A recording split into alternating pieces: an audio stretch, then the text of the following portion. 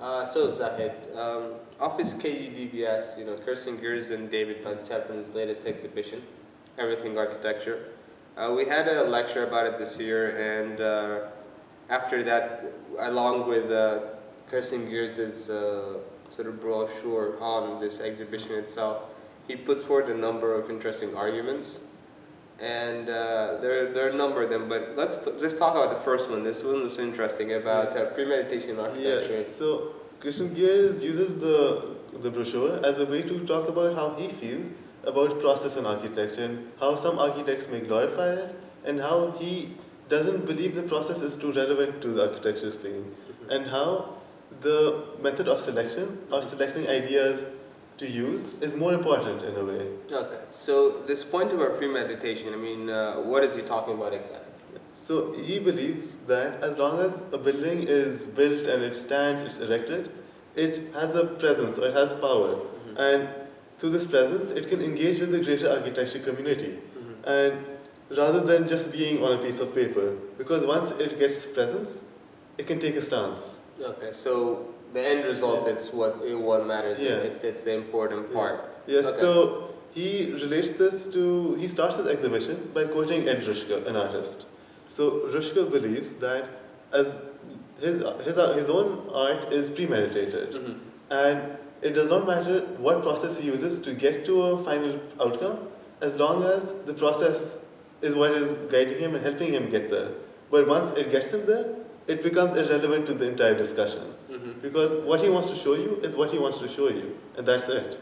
So Gears, he relates this to his own work in how I stated earlier, that the process to create a building does not matter, because in the end, the building is what's going to engage with the community, not the process.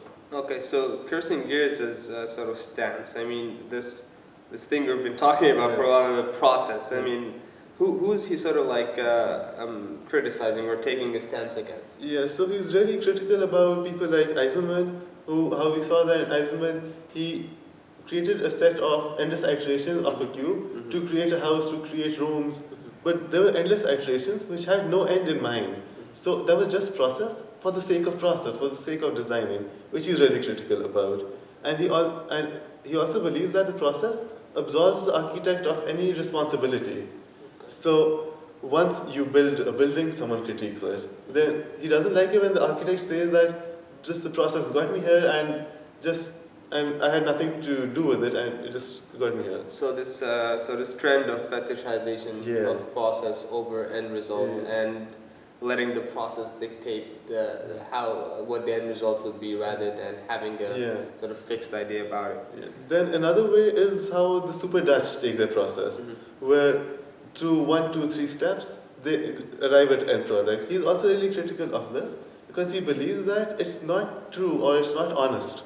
Because between step 1 and 2, there might have been maybe 100 different models and iterations which they made, which they're not showing. So how can he even trust this process if it's not being honest? It's being used more of a marketing tool somewhat.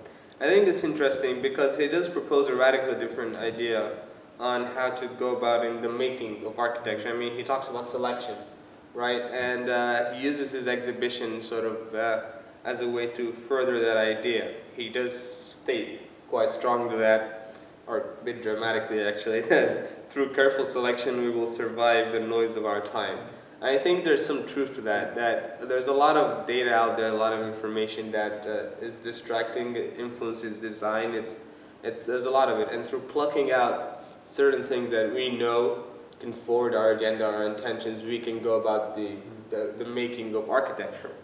So is there any sort of form of selection he's used in his exhibition to direct the discourse? I think his entire exhibition is like this sort of practice or this sort of like way of highlighting how his firm, for example, Office KGDVS, goes about. So he selects his models, which is the closest you can get to a final representation of a building itself, and couples it with the perspective, or adds drawings, or adds a photograph. And this act of selecting all these different forms of media, putting them together, engendering the dialogue between them, actually helps him arrive at what he wants as an architect. It helps him realize his intentions. He's making it clear that all these different forms of media are everything architecture. They're what make up architecture, and through selecting them carefully, we can perhaps find a different way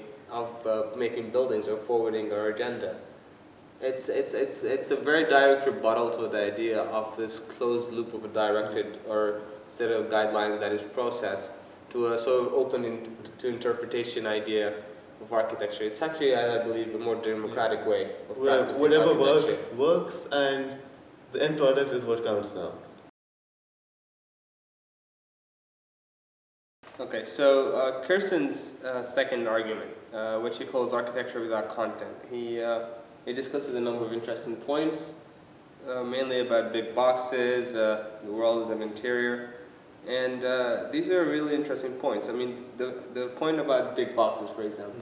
Yes, so by big boxes, he means these large facilities which were usually at the periphery of the city. They contained services for the city, such as an infrastructure, such as the data centers or drying facilities. Yeah. And since they were at the periphery of the city, they were put in the leftover space and they could have a large scale. But now, since the cities have begun to expand, these big boxes from the periphery, they've become closer to the center of it. So this sort of urban expansion sort of swallows these sort of buildings, these big boxes that were in the countryside. Yeah. So since they had such a big scale and they were swallowed, now Gates is suggesting that these big boxes are becoming our new monuments. I mean, why would he sort of like choose to call them monuments though? Yeah, well, because to understand that, we have to understand what a monument is. So initially, monuments were static entities which projected a set of values. Oh yeah, like you know, statues, something like that. So now, since these big boxes are becoming monuments, he suggests that these are charged monuments. And a charged monument, it should show a resolution of problems. I see. It should express symbolic content or values which originally monuments were doing. But the important thing now is that they must do something for us and something important. Okay. So a data center would store our online personalities, social profiles, as well as credit card, bank account details. Okay. So now, since these big boxes, they're becoming part of our city, this is becoming a problem because they were never designed to be part of our city. Yeah, they're too huge. Yeah, so they're so massive, and there's nothing to mediate the scale between the humans and the big box. So once the scale is mediated and they're better integrated with the city, we could potentially tap into this so much power and so much infrastructure which they have. And the social importance as well. And the social importance as well. So, and that could help our urban collective in a way for the city. Okay, so I mean, well, that makes sense in terms of the big boxes, although it's a strange sort of suggestion. However, to your point about big boxes, I think Kirsten uses that along with this idea about architecture as interior, what you said about sort of like the urban fabric sort of creeping and sort of removing this dichotomy between city and landscape. And I think he's trying to make a point. There's this paradigm shift where he's saying that since these big boxes are the extreme example of architecture without content, like the drawing hall where these plants stay for a while and then move on and this hall is empty for a while, is him saying that these buildings with no content could at some point, because of their sheer size, become monuments. And he's using this as an example to say that it doesn't matter anymore what the content of the building is. And he sort of supports that by his claim in saying, well, architecture no longer has to worry about spaces for functional sort of mechanical stuff anymore because of the sort of advancements in mechanics. And so this sort of like reduction of space gives architecture this freedom to sort of operate with whatever the content is, the interior is. And since in the case of like the big boxes, it doesn't matter what the interior is, the questions of architecture become, instead of questions of architectonics, questions of internal spatial organization. They become questions of scale. How do these buildings, whatever their scales are, relate to each other?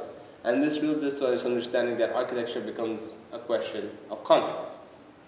So, I mean, coupling all this together where we talked about everything architecture, process and selection, and context is Kirsten Gears' I think, his way of of shifting the sort of like the idea of making architecture, the idea more concerned with context, more concerned with relationships between buildings in terms of scale, rather than the relationships, or rather than this idea of concepts or forms of architectonics. And I think this could be a sort of interesting way to explore going forward what architecture could be.